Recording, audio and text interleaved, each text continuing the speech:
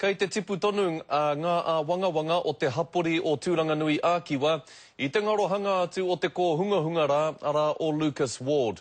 Toko mahanga tāngata e kimi ana I taua tamaiti e whātau noa nei te pakeke I ngaro atu rā I te kāinga o tōna kuia I te rā tū. Kei te awa tonu ngā kairuku moana o te manatū Pirihimana, me te māharahara nui, he wāroa te rua rā e ngaro ana. Nā reire tiwi kei te whakawhiti atu tātou I naenei ki tā mātou kaikawe kōrero I Tūranganui Ākiwa, arā kia Irena Smith. Irena. Nā wai I ua kātahi ka ua ke atu, koira pea te whakaaro nui o te katua I te wānei. E rua rā kua hipa mai te ngarohanga o ko hunga Lucas Ward, he oi aha kua e ngau tonu nei te mamai I te whānau, kei te manoa nui tonu rātou. I runga I tōna aroha nui ki tana tama, kei te kimi tonu a Damon Ward I a Lucas. He was more or less my manner, my heart with this kid, so I've got to do him justice and not let go. Lucas! Ko te rā tuarua tēnei mai te ngarohanga o Lucas Ward I te kāinga o tōna kuia. Mai I taua wā, kaore anō kia mutu ngā mahi tirotiro I aia. Been over this year, we have 4 times, twice last night and two today.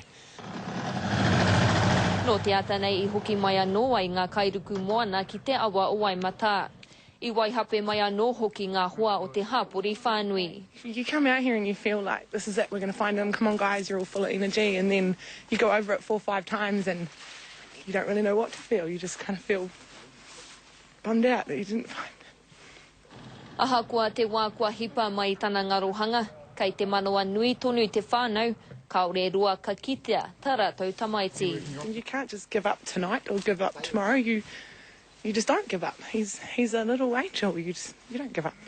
We won't stop, ever. No one will stop. He pērā te whakaaro o te katua, I nā te nui o te āwhina a te iwi kāinga I a rātou. Kei te kōrero ngā mātua o Lucas Ward I tēnei wā tonu ki te hunga pāpāho. He oi I kōtata ake nei I whai wahi te kai hautu Pirihimana o te rohe nei ki te kōrero kia hau. E whai ake nei, ko ana kōrero. They firstly want to thank everyone for their support, but they want to appeal for their boy. They want to appeal for help to get their boy home. Nō reira, Scotty, aha kua te wā kua hipa mai te ngarohanga o Lucas Ward, aha kua hoki te wanga, kua taka atu ia ki te raruraru, ki tētahi atu momo āhuatanga rānei, kei te haere tonu ngā mahi tirotiro I aia. Engari, kua tīmata te heke o te marangai, ko wai ka mōhio, mena ka raru tēnei I ngā mahi kimi I te tamaiti nei. Heoi, kei te manawa nui tonu te whānau, kaore I rua, ka kitea, tā rātou tamaiti, Scotty. Koe nā rā te tūmana ko Irena, tēnā rawa atu koe moe nā whakamārama.